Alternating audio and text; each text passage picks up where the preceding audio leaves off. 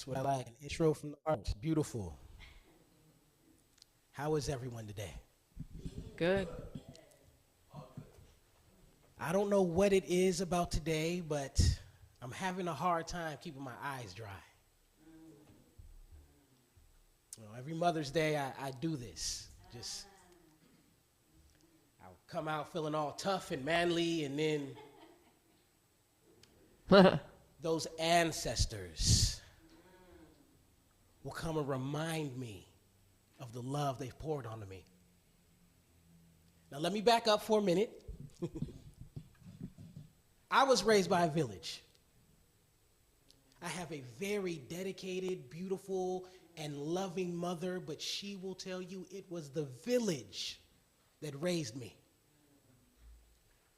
So much so that, well, I didn't really get to enjoy my youthful years until I left and went to college, because everywhere I went, the village would remind me they had their eyes on me.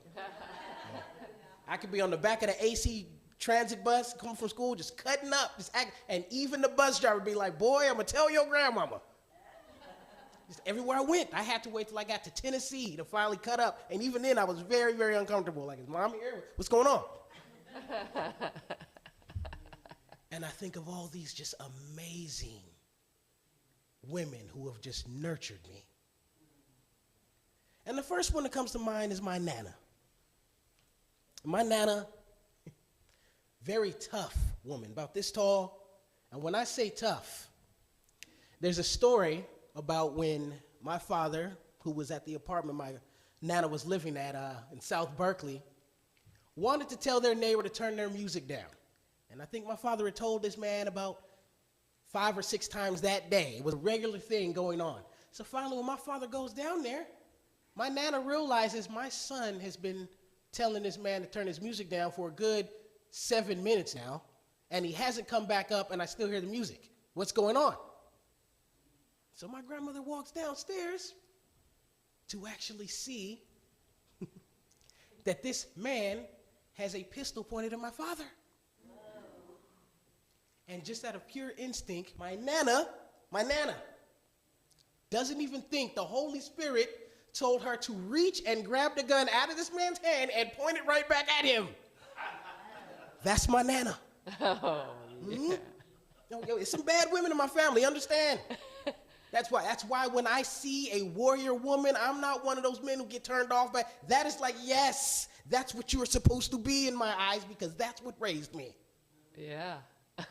As tough as my Nana is, she had this nurturing spirit in her. And for some reason, it seemed like she only would give it to me. As much as she loves my daddy, oh my goodness, she would spoil me and just tell me the most beautiful things and understand something about nurturing. It's very much like gardening. See, as we plant that seed into the universe, we get to nurture it with our thoughts, nurture it with the love of God, to continuously see it as a gift of God to us. We get to do that, and as we pour that love into the seed stands taller and taller and says, yes, yes, I am. Mm-hmm. As I stand here right now as a proud, dark-skinned African-American man, understand that I went to public school in the 80s, where being dark-skinned, I learned later on, was something that people would make fun of sometimes. In my family, we didn't know such a thing. It wasn't until I got to public school where I was like, wait, that's a thing? But by then, it was too late for me. The nurturing had already been in me. You could not tell me I was not beautiful. My family did that. Love is the most revolutionary, most steadfast, most gangster thing there is on the planet, because that's all there is in the universe. The universe itself is pure love. That's why when it feels good to us, we allow it to happen. I'm home again. You can't break love. You can tell when there's a child who is being properly loved on. You can tell, like, look at the way that child moves. So it's kind of embarrassing, because from that nurturing I received, it allowed me to realize that these man-made laws that exist, That's not for me. That's for those who do not realize who they are in the world. See, it was too late. I had already been given the secret. I was always looking for ways to get out of whatever it was that the common folk were doing. Like, no, that's not for me. I have a divine plan here. I used to make my cousins really angry, like, I'm sorry, but my mama's loving on me too much. Y'all know y'all don't have to do this, right?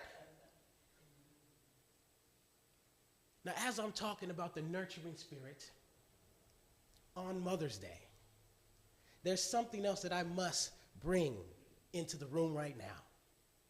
See, I became a father, and I was very happy. I had this new fatherhood badge that I was rocking, and finally I got to stand up with all the men in the church. If you are a father, father today, stand up. And I got to stand up and be all happy. And then something happened that Father's Day that I did not know was going to happen. The pastor said, and all the women in the house, if you feel like you have to be a father too, you stand up. Oh, so wait. We don't get our own day is what you're telling me. Now, I'm not here to start anything, to ruffle any feathers, but I must mention on this day that as many amazing warrior women who nurtured me in my life, I have some bad men in my lives who knew when it was a proper time to nurture me too. Starting with my father. My father, Mr. Former Black Panther, Mr. Captain of the Richmond Fire Department, Mr. Just Warrior Man. Do you know how much this man would nurture me? He was so just, with his chest out and he loves being a manly man. Yet whenever me or my sister would get sick, he would turn into this just soft, cuddly, like, our dad, are you about to cry? I remember when Maya's cat was sick and was just, coughing, and we could tell, like, this cat may not make it. Just the look on my dad's face, like he said, he literally looked at me and said, poor thing. I tease him about all the time, like, yes, you did, Dad. Yes, you did.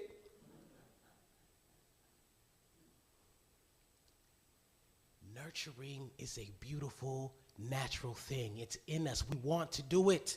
That's part of the love. Remember the song we just heard? To give and receive. That's the balance. That's the beautiful way we love. That's the proper way to love. When you see a chain, it's giving and receiving. Mm-hmm. It's literally handing up and handing behind itself. That's what makes a chain. That's what makes this beautiful thing called love stay in the flow, but we have to be willing to do both. That's why we have a Mother's Day. For those moms who, when they do not feel like it, when their head is hurting, when their feet are hurting, when their back is hurting, when I did not know this, but my aunts would always talk about it, but when their nerves are hurting, you get a day to do what you want. You get a day to put your feet up and say, today I get to nurture myself, and today I am demanding that the nurturing spirit in all of you allow yourself to do that. Shout out my Nana, my beautiful Nana. And another nurturer in my life, her mother, my my great-grandmother. I was lucky enough to actually meet my great-grandparents. Now, yes, like many of us, I am from the Bay Area. I am very much a hippie. So when it comes to Thanksgiving, I can take it or leave it, yes. But I know the symbology of it. It's about family coming together. And let me just say right now that Grand, since you have left, I really have not tripped off of Thanksgiving like that. For what? For what? Your cooking is not going to be there. For what? She would love on me just, oh my goodness. Anytime I was feeling down, she would always remind me of the God power in me. She'd always just say, well, you're going to be something. That's right, you're going to be something. Think about a newborn baby for a minute. How when that child comes into the world, it loves everything it sees. Just you can't tell that child anything about racism, about, oh, well, these people stay away from. The child wants to love everything. Love is our default mode. It is literally our natural habitat. When we find ourselves keeping love from someone else, we're only hurting ourselves. You're missing out when you withhold love. You are the one who's doing that. Love is literally what makes us feel alive. And to nurture something that cannot do anything but to receive the love you get it, oh, what a beautiful thing that is. Now, it's easy for me to say that. I'm a breastfed baby, you know, so we got to talk to my mom about how she feels about that. She might be like, yeah, I'm sorry, son, you owe me. But my fatherhood experience has given me that. I've also learned that fathers and mothers nurture differently. And the way my father would nurture me was to always remind me of just how bad I was. When I first played football, I knew nothing about the game. I was only really playing because my best friend played. So 1st and 10, and I didn't know what any of that meant, but I was also too afraid to actually say it because I didn't want the coaches to make fun of me.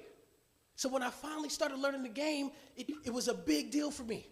And we're playing this game one day called throw it up tackle. You know, you get tackled, when after you get tackled, you throw the ball up, somebody else picks the ball. It's just really an excuse for us to just beat the slop out of each other on the field. Just boy stuff, right? Crazy. And Dad's watching me. And he has his big old arms folded, and he's just watching his son play. And I remember the moment where I got the ball, and I'm running my hardest to get to that end zone. And right when I'm looking at these bigger kids come at me, and I can't wait to just run out of bounds and fall on purpose, you hear my father say, "Run, Lou, run!" And something in me ignited.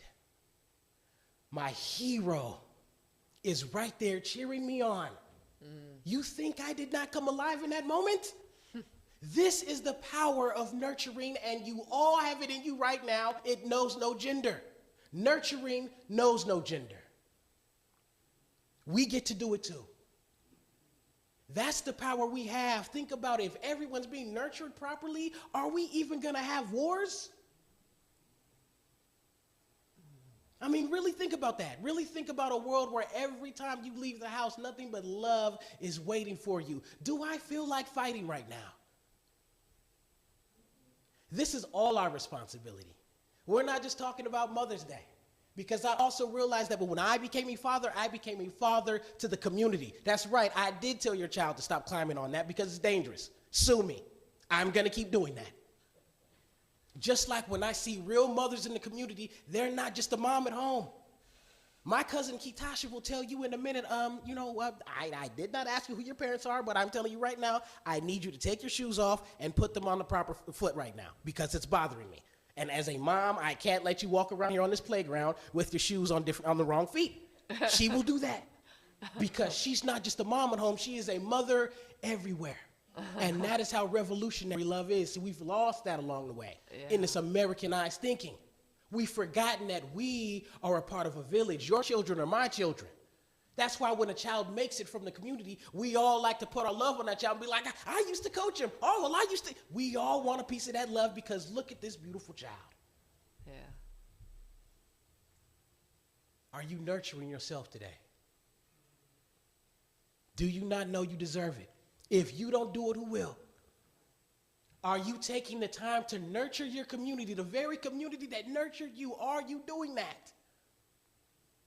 And where are you nurturing from?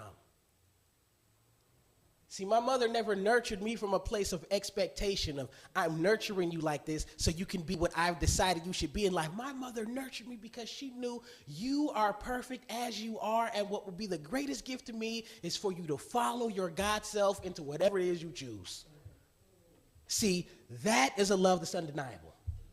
That's why no matter where I am in life, no matter what my boss may be telling me, no matter who is saying what and what their opinion of me is, I'm sorry, and eventually I'm just not going to care because the love and the nurturing is my foundation. And yes, even though all those other things outside of me are appealing, eventually I will come back to the foundation and know that I am a child of God, perfect, whole, and complete, just as you are. Where are you nurturing from? Is it a place of desperation of, oh, well, let me nurture you because I want you to love me because I'm afraid of not being loved? That's not the same nurturing. Nurturing from a place of fear, eventually the fear will be in that seed and we'll see it manifest. But when it is the fearless love that I'm talking about, that we all know, stop playing, you know it, that's a different kind of love. That's what allows us to come alive.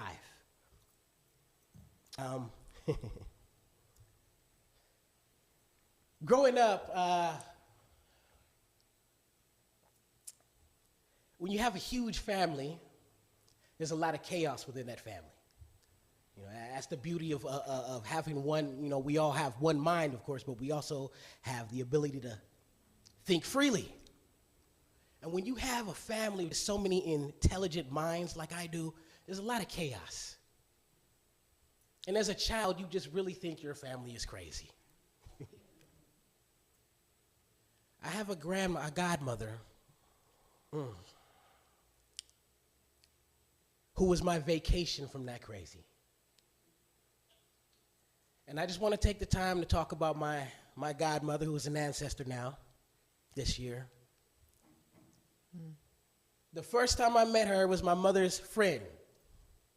And you know, this short, hippie white lady, she walks into my family, and she's just playing with this child. And everyone says that when it was time for her to leave, I had a fit and would not stop crying, to the point to where she actually had to come back in and calm me down. And it was at that moment my parents were like, I think you get to be this child's godmother. And she'd pick me up and take me to all different kind of places in the Bay Area and find all kind of healthy treats to give me, because she didn't really like feed me sugar like that, and just,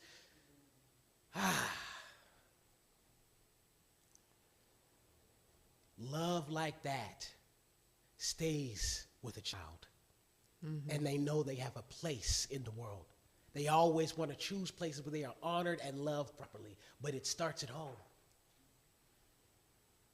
We get to properly teach our youth how to love themselves and know that they deserve it. And my godmother, God bless her, that is someone else who made sure to put that in me. Being raised by a village is just that. It's knowing that all of us are special, right? I used to hear that all the time. Oh, Luchan, you ain't special. Yes, I am. And you are too. Mm-hmm. And if you truly believed it, you wouldn't be wasting time telling me how I'm not special, because you'd be too busy being special. Everyone is special. That's why being special isn't special, but that's really the truth. Everybody's special. Don't tell me I'm not all that. Yes, I am. It's just that you don't believe you are, and so me being all that makes you uncomfortable. So let me nurture you and remind you that you are all that. Shout out to my Uncle Mawata. He told me the best thing you can ever do to get a hater out of your life is to pray for them to get what it is they're looking for.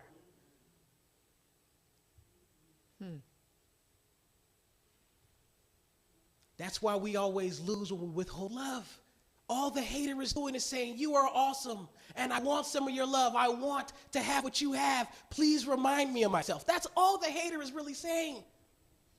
It looks like they're trying to sabotage your life. Looks like they're trying to do all these horrible things, but what they're really doing is saying, wow, can I have some of that too? Everything we do is always either a call for love or an expression of love. Where are you nurturing from? How are you nurturing the community around you? I think what we need more than anything right now is for us to take the time to remind the environment, the community around us, how important we all are to each other. Now, of course, it's going to make people feel weird at first, I'm telling you. But if just one person a day gets a compliment from you, watch how differently you feel when you do it. And come on, right now, today, with all this going on, we all need that nurturing spirit. People are afraid, people are worried, people feel like things are being taken from, people are being told their lives don't matter, and just all these things going on right now. We don't even got to look on TV. I'm talking about right in our own communities. There are people who leave the house hurting, and we don't even know, because we just stuff it and go to the office anyway.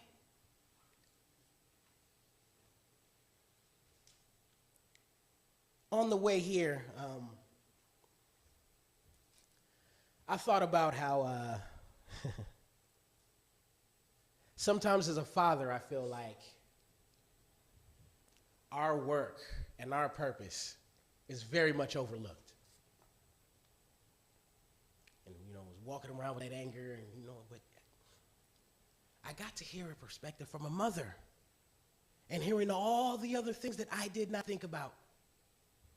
So how your body changes and and the world, just no matter what you do, just the stigma of not being a dedicated mom is just so much harder. Like, okay, if a dad every now and then goes to the club and enjoys himself, you know, people might not like it, but it's not studied as much. If a mom goes to the club just once, the community can't wait to just, you're going to the club and your child is. I did not know that part. And another thing I realize is my growth is realizing I am not the only one with a painful experience.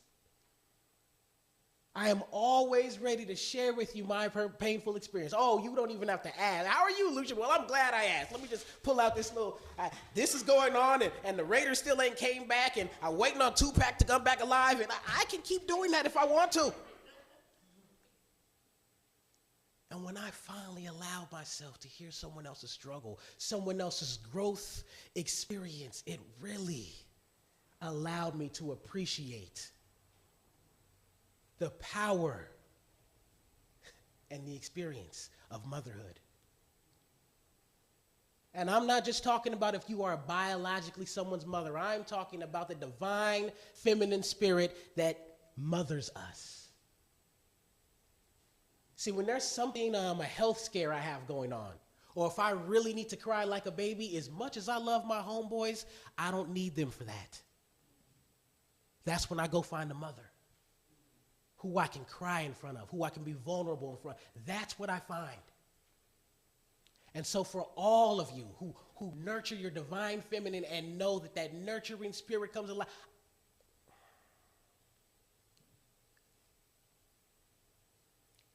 I want to take the time to thank you and know that your efforts and all you've done for yourself, for the community, we appreciate it. Just me seeing a mother being gentle with children and smiling and telling them how amazing they are, it does something for my soul. See, when I see a child acting out in violence in the community, I don't want to scold the child and shake them and say, what's wrong with you? I want to ask the child, what painful moment in your childhood allowed you to hold on to that to where it manifested into this? I don't want to judge the child. Everybody's doing that. I want to get to the root of it. Because I know I was fortunate enough to be around people who did nothing but pour love onto me. So on this day, and props to myself for not breaking down crying like I thought I would, I want to nurture that divine feminine. And by the way, it never ever bothers me whenever someone calls God he or she. See, if you call God he, all I say to myself is God is he. It's just God isn't only he. God is she. God just isn't only she. And let's remember that both expressions exist in all of us because we are abundant people and have all those expressions within us right now. And they all serve a purpose at the time they serve the purpose. So in honor of the divine feminine and nurturing, I say from the bottom of my heart and to all of you who have the mothering spirit in you, regardless of gender, happy Mother's Day. Mm-hmm. Peace and love from Brother Luchan. Ashe. Yeah.